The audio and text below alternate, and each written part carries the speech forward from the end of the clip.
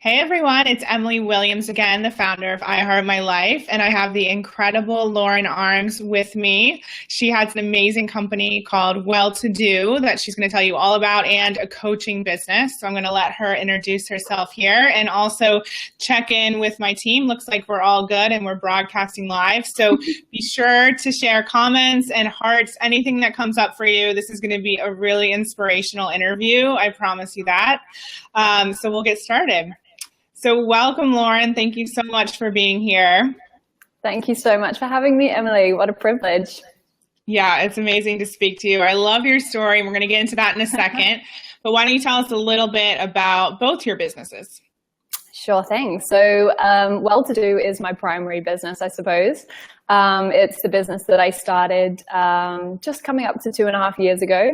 And everything we do is about supporting people to build incredible businesses and careers in the wellness industry. So wellness being anything relating to fitness, health, nutrition, well-being, which encompasses a lot of different things now, whether it's kind of beauty or travel or supplementation or nutrition.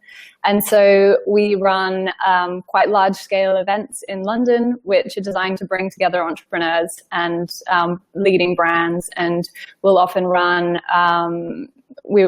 evening events where we kind of interview successful entrepreneurs to have them share their stories. And we support wellness brands in a lot of other ways. We offer recruitment services and kind of strategic consulting. And the whole business has kind of evolved over the last sort of 2.5 years, really.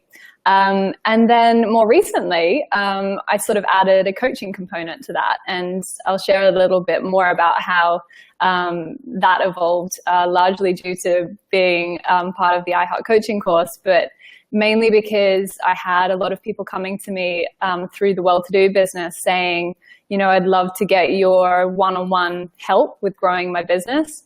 And I didn't at the time know what that looked like, but I was definitely spending a lot of time coaching people without realizing and helping them, on a more personal one-to-one level with growing their business. And so the coaching element of Well To Do and kind of more of what my personal brand now was a really natural evolution of the business.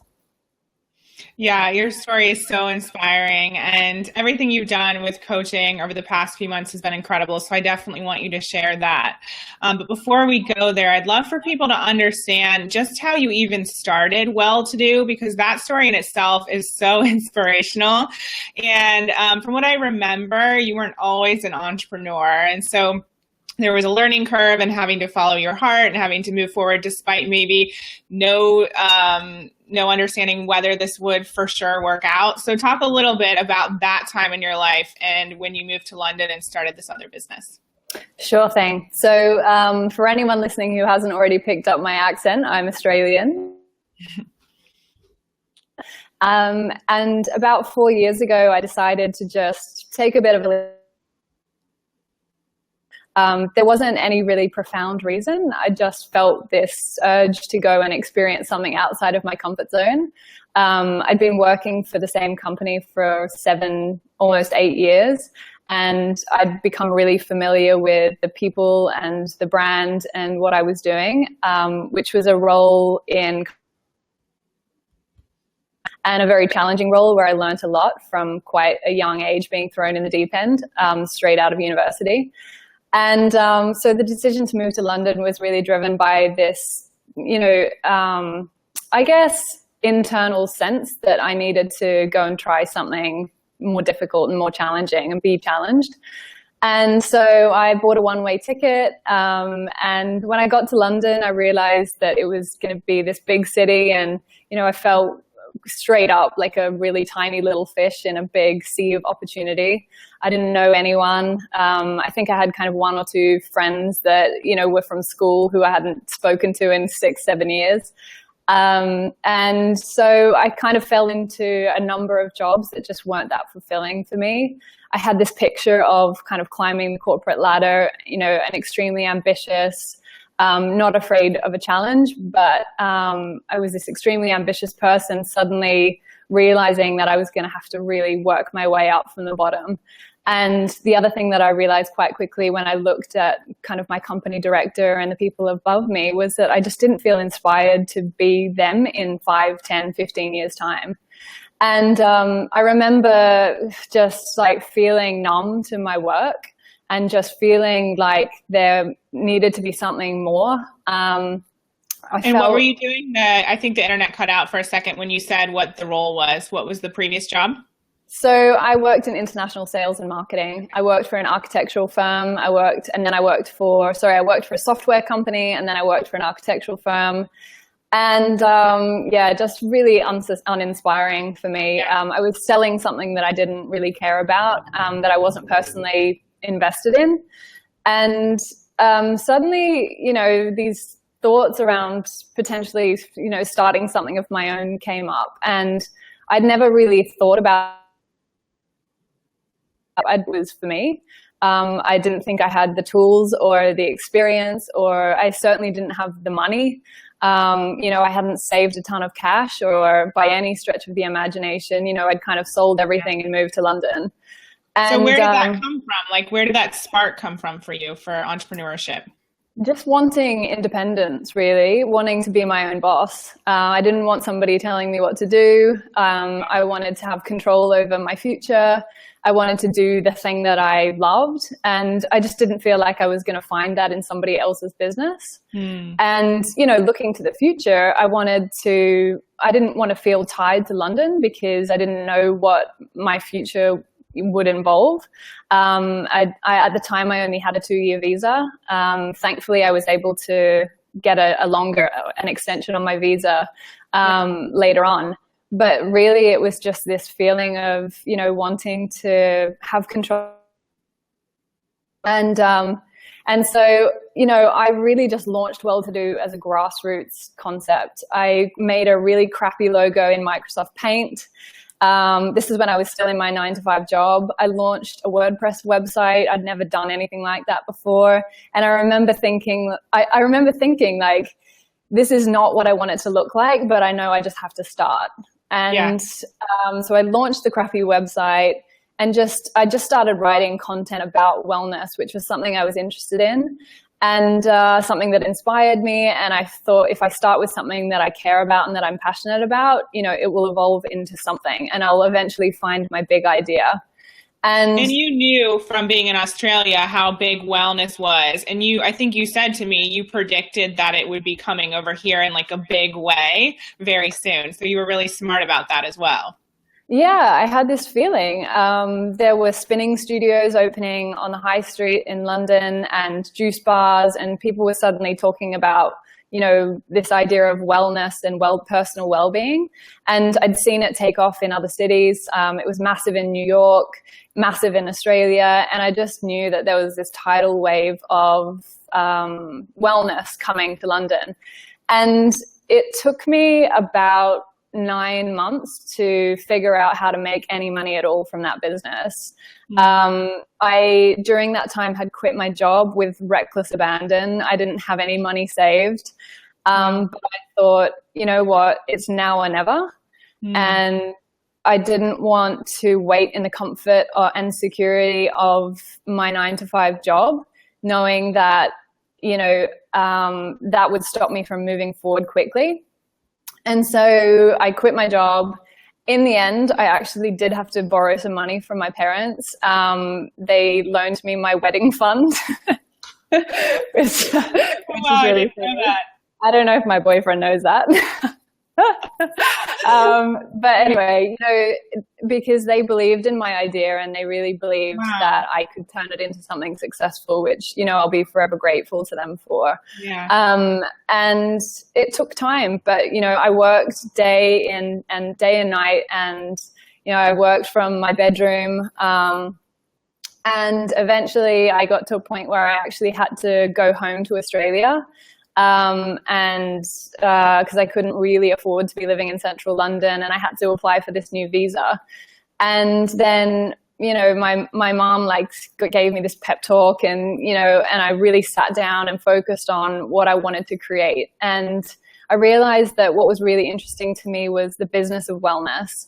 And I thought, well, if this whole industry is going to take off in London, and there's going to be a hell of a lot of new businesses and ideas and entrepreneurs that come along with that.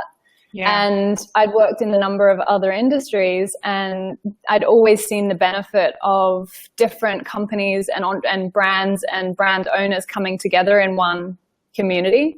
And so when I got back to London, I really set about building that community. So the first event that I launched, you know, I had no idea what I how I was going to do it, but at the time, Deliciously Ella, who might be a brand that people are familiar with, she was just starting out in her business.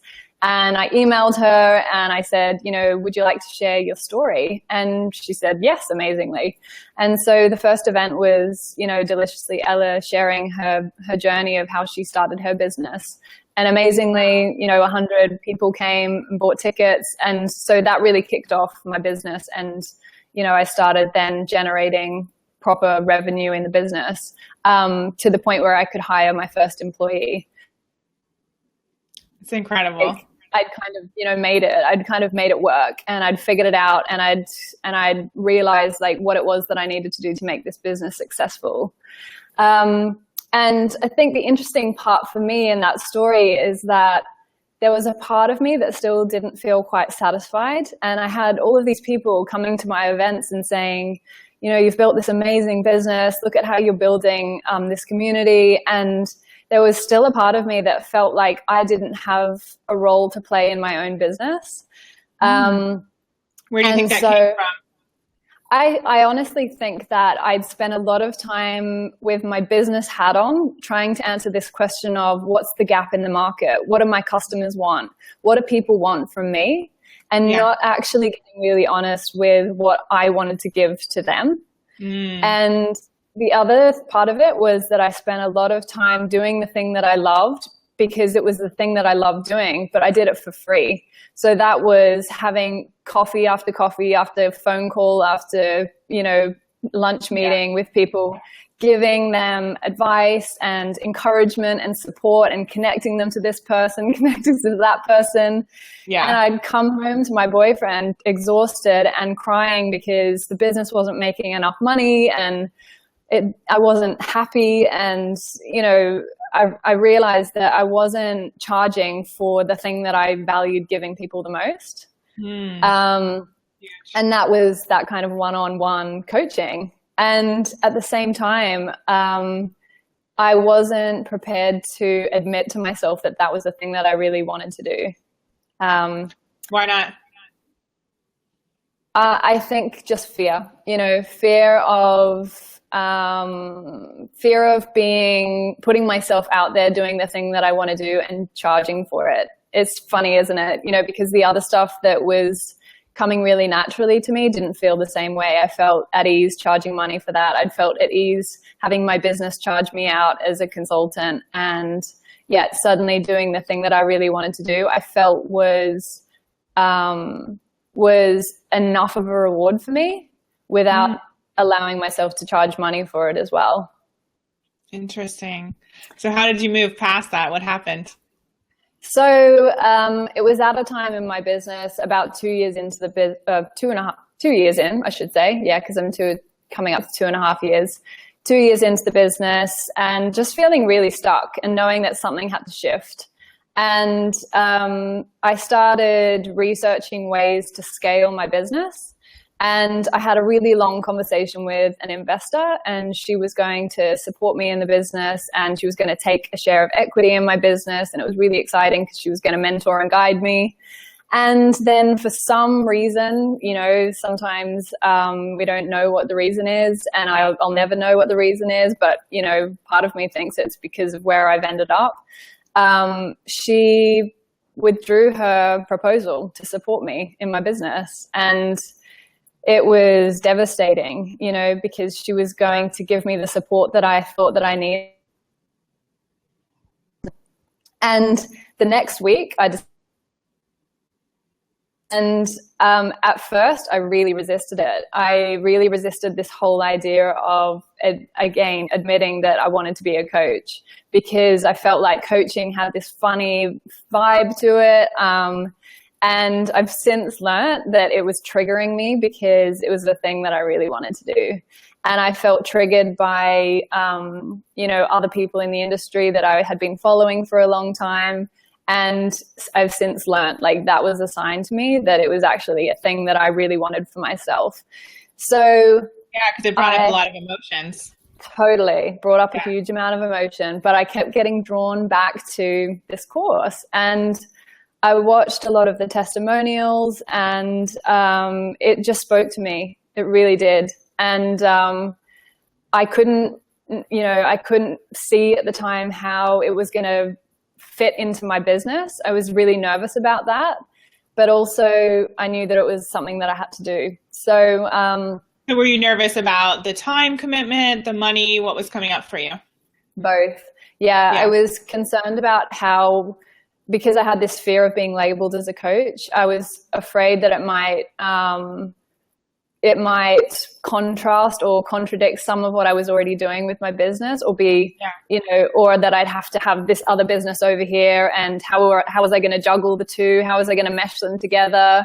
What were people going to think when I started to say that I was a coach as well? And there were a lot of unknowns. There was a lot of fear around that. And as far as the financial commitment, I definitely couldn't afford it at the time. Mm. Yeah. So how did you make it happen? So I just took a leap of faith, really. I had enough money for the first installment, and I also had this one girl who'd been emailing me for months asking me to mentor her, and I'd been resisting replying to her email. And so I signed up for the course, and then I wrote back to her and I was like, actually, I've just launched my business coaching business. I love that. And she was like, great, like, I can't wait to start working with you. When can I have my first session? And it was just like the push that I needed. And so I had that one client who really validated that it was the right decision for me. And from that, literally from that day onward, clients started coming to me really easily. Because, I'd built a community of entrepreneurs who were craving my support, but I'd resisted giving it to them. It was, an amazing moment and transition in my business. And so I just thought, you know what, I'll pay this first installment and I'll figure the rest out as it goes. And you did. Yeah. So that story is absolutely incredible. I'm so excited that you got to share this. I already see a few comments here. So we see Nikki, Lynn's here, a few other comments, and it's just so amazing. And one of the things I want to point out that you just said at the very end is that woman who had been emailing you, that was that validation of, this is the direction I'm supposed to go. And so often we're so used to looking at our fears and all those things that we've been giving into for so many years, that victimhood or whatever it may be, the insecurity, the uncertainty. And we have to really, literally force ourselves to look in the other direction, the direction of what's possible, the direction of those people are already coming to you. Like, isn't that a sign? Like, what can we do with them? How can you help them? And so that's what you literally did. It's like wrestling an alligator for a while. You literally chose to start looking in a different direction. And I just think that's incredible. So tell us a little. Oh, go ahead. Sorry. Something that you brought up a lot in the course for me was kind of flipping the switch on that limiting belief. So instead of me seeing that email inquiry and responding by thinking that's something that I couldn't do, or I don't have enough experience to help you, she was asking me for my support, and it was my responsibility to say yes to her. Mm-hmm. And that was a big turning point. And to say yes to yourself. Mm-hmm. Yeah, and that was the other thing, because, I said to you, I'd been responding for so long to the demands of the market. And, for anyone who's trained in business or has, done a degree in business, like, they teach you to look for the gap in the market. They don't teach you to, look within yourself and figure out, what feels good for you to offer as a businesswoman or as an entrepreneur. Sure. And that was really a turning point for me as well, was realizing that it was time for me to invest in myself and to trust myself and trust myself as the owner of the business, that I would figure it out and that I would find a way to, fit the pieces of the puzzle together. Yeah. And you did. So tell us what has happened since you started the program. So the iHeart Coaching program, was it last October? So nearly a year ago? Yeah, that is crazy to think, honestly. The first 3 months of the program were the biggest game changer for me. It was a lot of the mindset work that I think that I'd thought that I'd done before, but actually hadn't engaged with it. And having the foundation of a coaching business, which is what I'd craved for so long, in which to implement some of that mindset work was really powerful for me as well. So, you can read all the books, but Tony Robbins says, like, knowledge is not power. Knowledge is only potential power. And so having the framework of a coaching business for me was really important. So I wasn't just reading about how to shift my mindset. I was actually executing on it as well by, going out and talking to people about coaching and getting comfortable with this idea of calling myself a business coach. And, that took a couple of months. Like, I felt weird about it at first. Yeah. And then suddenly you wake up one day and you're like, I am a business coach because I have a client and she's paying me, and, and it's actually just a mindset shift rather than, anything else. And so, yeah, I guess that initial kind of mindset work was really, really powerful for me and continues to be powerful for me as I have the opportunity to kind of implement it as well. Yeah, and I know that you said you spoke to someone within the well-to-do community and you were talking about how you were now offering coaching, and they were like, oh, I thought you already did that. Like, weren't you already doing that? Because I've been doing it for free for so long. Yeah. Yeah. Amazing. So how else has your business, the coaching side of things, and we'll also bring in the well-to-do side of things, how has your coaching business taken off since you started the program? So in kind of preparing for this chat with you, Emily, I counted the number of clients that I've worked with, and I'm just about to hit 40 clients. So, I mean, that was astonishing. I hadn't even counted up the number of people I've worked with, and it's changing the way that I think about the work that I do and feeling like I can actually be and show up in my business in a capacity that fills me with kind of excitement and purpose has been life-changing. I've worked with some incredible entrepreneurs, and I've had a lot of feedback from them now, and to kind of get that feedback that, the work that we've done together has transformed their mindset or their business or the financial state of their business. Has been such an amazing experience. So, working with almost 40 clients, I've found a really nice way for it to fit into the well-to-do business as well. So it makes perfect sense that we work with entrepreneurs, and so the coaching is a natural extension of that. Yeah. My team has grown. So I had one employee when I started the course, and I was actually just reading through my welcome pack, and one of my goals was to hire a second employee. Well, I've hired 3 more people. So, wow. And we have an intern at the moment. So, we're now a team of 6, which is crazy. And that's all been enabled by my coaching business, because I'm doing what I'm in my zone of genius, doing the thing that I'm best at. And the financial implications of that are that the business is growing. I get to do the thing that I want, and I've now built a team of people to do the other parts of the business that they're good at and that I get less joy out of. And so as a result, our events business has exploded. We're now offering career coaching as well. So, I'm actually coaching one of my employees to be a better coach herself. And she works with people who want to get into the wellness industry. Wow. And find a job in the industry. So, my team has grown. Obviously, I have a lot more freedom to market my business in new ways and to spend money on my business in new ways that I just didn't think were possible for me. And so it's been amazing. Honestly, it's the best decision that I've ever made. Wow. Yeah, you guys keep giving me goosebumps with these interviews.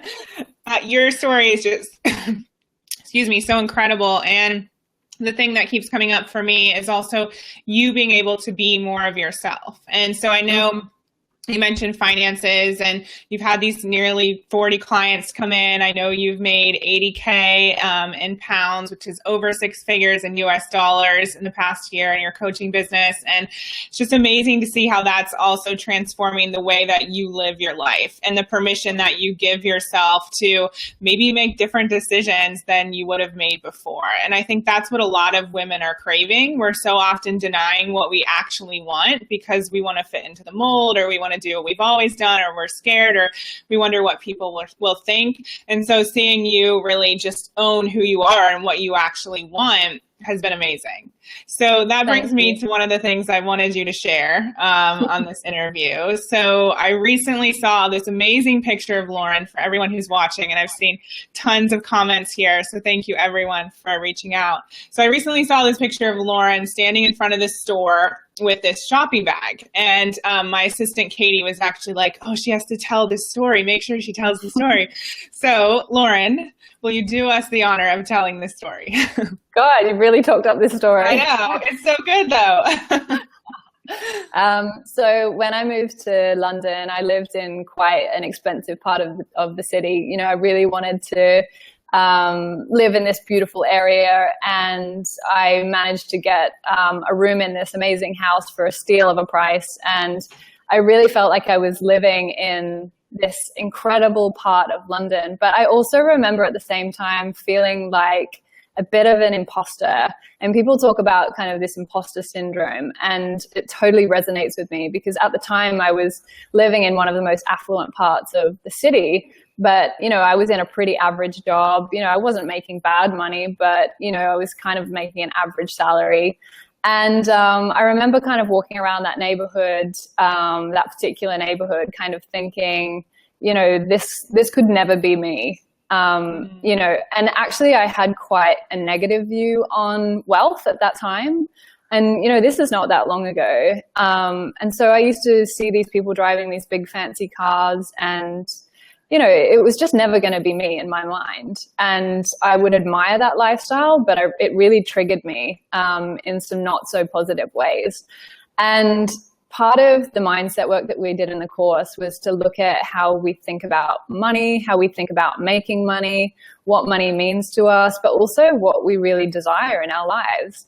And there were a lot of elements of that I'd never really gotten honest with. I felt ashamed to desire really nice things in my life. I felt ashamed that I liked, you know, expensive things, and I felt like that was almost like a negative characteristic in some ways, like it was selfish or indulgent or over the top, and just not something that was for me.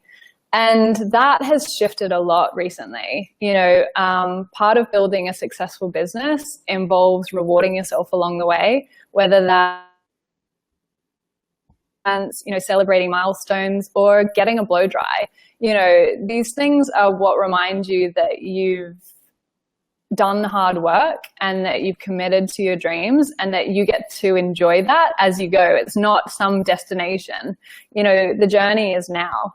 And so recently, as part of, I just want to point out, like, often that positive reinforcement along the journey is key to you continuing the journey. Because I know for a lot of us, like, say, you know, we're in this launch period, say I wait 3 weeks until the very end of the launch to celebrate anything, you know, I'm going to get to the end and have this glass of champagne, and it's going to be like, wow, I just worked for months and I'm, you know, just giving myself one glass of champagne. Whereas if I reward myself along the way, and like you said, it could be anything, it could be going out to dinner, it could be taking a bath, or just acknowledging how amazing you are and everything you've done, you know, that's a game changer in terms of your bandwidth and you continuing to move forward. So just wanted to point that out. Yeah, such a great point. And something that we did in the course in the Facebook community was celebrate every week. And that for me was a really great lesson too in stopping every week, you know, if not every day, and just saying like, what have I done this week that is really great? You know, where have I put myself out of my comfort zone? Where have I done something that I never thought was possible for me? And you have so many of those moments when you're in this course because you're constantly putting yourself into unknown territory. And that's the whole point. You know, you don't know what you don't know, but also you're starting something that you've never done before. So figuring things out along the way. Totally. So part of your journey has been really acknowledging what it is that you actually want. And I know that, you know, you thinking about even sharing this story on Facebook Live, probably just like 6 months ago would have been scary, but you're doing it now. So continue. Yeah. So my cousin was visiting from Australia, and she is a luxury designer guru. She's, you know, spends her money on beautiful designer handbags all the time. And so I said to her, like, I'd really love to spoil myself and buy something that, you know, I can use as a memory and, you know, mark a milestone in my business and with my success so far. And she was totally down with it. So we went back to that same neighborhood where I first moved to London. And I realized that my whole mindset had totally shifted. You know, I looked at the successful people, these, you know, wealthy people who have built success for themselves in different ways. And I saw them in a whole new light. You know, I felt like this is possible for me. And these people are showing me what is possible. And that was something else that I definitely learned from you, Emily. And so I walked into a couple of different designer stores. I'd never been into these stores before. And suddenly I just felt like, you know what, like this is for me. You know, if it's not for me, then who is it for? And I've worked hard for this. And, you know, at the end of the day, like this is how I choose to spend my money. And so I bought myself the bag, and it felt amazing. You know, it didn't feel selfish or indulgent. It felt like a reward for all of the hard work that I put in. And, you know, in the same way that my boyfriend might buy new wheels for his bike, you know, I bought myself a beautiful bag. And of course, they put it in the biggest box they had. And so out I walked from the store with this like gigantic Chloe bag. And, you know, I felt all these emotions come up, some good, some bad, a real mix. But it was like, right, this is the thing that I needed to do to move my life to the next level. And yeah, and this is the point of the story I really want to drive home for people. So then you had all these emotions come up. You have this big bag. You don't want to carry it all the way back to the office. So you in that moment, tell us about who you run into and what happens from there. Okay, so then I ran into a friend of mine who was on maternity leave, and she was like, with me, and you can just pick it up on the weekend. And so I was like, thank you, universe. Like, this is uncanny timing.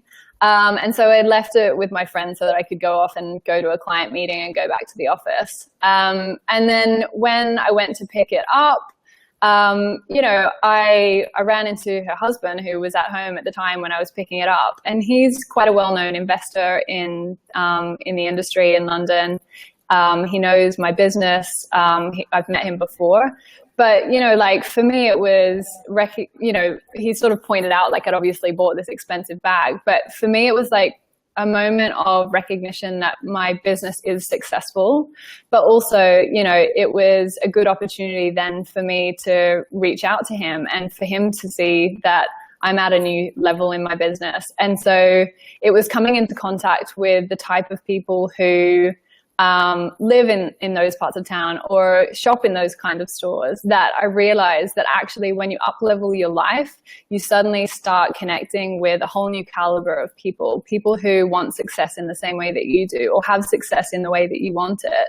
And, you know, I'll connect with him, I'll catch up with him and have coffee with him. And so, you know, for me, it wasn't so much about the bag anymore. It was about like what that means for me in my life. Like these decisions that I'm making now that other successful people make, you know, like I've just booked my boyfriend and I into a hotel that we probably shouldn't be spending that amount of money on in Lake Como when we go on holiday in a few weeks' time. But it's like, they're the kind of places that I want to stay now, because that's the sort of decision that a successful person makes for themselves. And that's the sort of gift that someone who values what they're giving to the world gives to themselves as well. And if there's anything that I've learned, it's that if you expect people to invest in you as a coach or in whatever you do, then like you have to continue to show up for yourself and invest in yourself as well. And that, you know, that elevates everybody in the process. Wow. I love it. And it's just another reminder of what happens when you follow your heart and you go for your dreams. Doors do open for you. People come into your life who you haven't seen for a while, or new connections are made, whatever it may be. And so I'm so excited that you were able to share that with everyone. Thank you. I know that we're going a little bit over time, so I want to ask just a few more questions. Sure. So what would you say are the top 5 ways your life has changed and your business has changed through iHeart Coaching? Number 1 is I feel much more aligned with my purpose. Number 2 is I get to work with the most amazing clients who are all, you know, doing the most amazing things. 3 is the financial benefits that have come with that. So I no longer have to stress about money. And it wasn't that long ago that I was like worried that I wasn't going to be able to pay my 1 employee. And, you know, now I'm paying 4. It wasn't that long ago that I was like worried about, you know, spending money on groceries, let alone on a blow dry on a, you know, random Friday afternoon. Your hair looks amazing. And thank you. Thank you. And number 5 is not being afraid to really step into my power and do more of this work. Like, I feel like I'm now on a path of constant growth. And this journey of kind of stepping into the coaching business and really kind of stepping into this role in my business has made me realize that if there are other areas in my life that feel uncomfortable or that don't feel easy or that, you know, that I feel stuck in, no matter what area of my life that is, whether it's my relationship or, you know, my work or something else, that I can change it and that I have the power to change it, and that I might not know what that process looks like right now, but that just starting and doing one thing today, you know, will ultimately change the whole course and direction of my life. And that's within my power. It's not something else that someone else has to do for me, something else, you know? Yeah. Beautiful. So what would you say, final question, what would you say to that woman who's on the fence about starting her coaching business and signing up for iHeart Coaching? It's such a good question, because I remember listening to you ask people in the previous cohort this and listening to this very question, and you can't express it in a way that is genuine enough. Like, I know that people have to experience this for themselves, but if my experience is anything to go by, my life is all of the things that you said it was going to be: unrecognizable, you know, better than I could have ever imagined, more purposeful than I could have ever imagined. You know, it's honestly life-changing. And so even if you are that woman who's on the fence and you're not sure how you're going to make this happen, like, that is the whole point. Like, this course is going to show you how. So that is the indicator that you need to go for it. And the other thing that, you know, really spoke to me from those testimonials, and that you said to me as well, is like, if you feel called to do this in your heart, that's all you need. That's all you need to recognize. And if you keep doing that and then responding to it and taking action, you will get exactly where you want to go in perfect timing as well. You know, because I've had a lot of success with my coaching business because of a lot of the work that I did before. But this course for me was like a tipping point, you know, because you spend a lot of time thinking about it and deliberating over it and wondering how it's going to happen and when it's going to happen for you.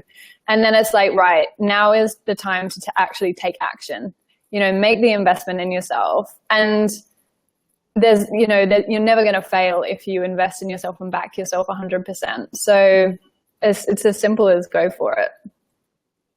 Thank you, Lauren. You're incredible. I can only imagine what's next for you and what the next few years hold. I'm sure a book, tons more events, lots more clients. Who knows? The sky's the limit. So thank you so much for being here and sharing your story. I see tons of comments. I can't wait to read all of them. Me too. Just thank you from the bottom of my heart. You're incredible. Thank you, Emily. And thank you so much. Honestly, your course changed my life. So I hope and I wish the same for everyone else that enrolls. Yeah, so everyone has the opportunity to go to iHeartCoaching.com now and get the early bird pricing. So only the people on the waiting list and those of you watching these interviews today will get the opportunity to save the $1,500 and enroll today. So make sure you go to iHeartCoaching.com. All right, thank you, Lauren. I'll look forward to talking to you soon. See ya. Bye.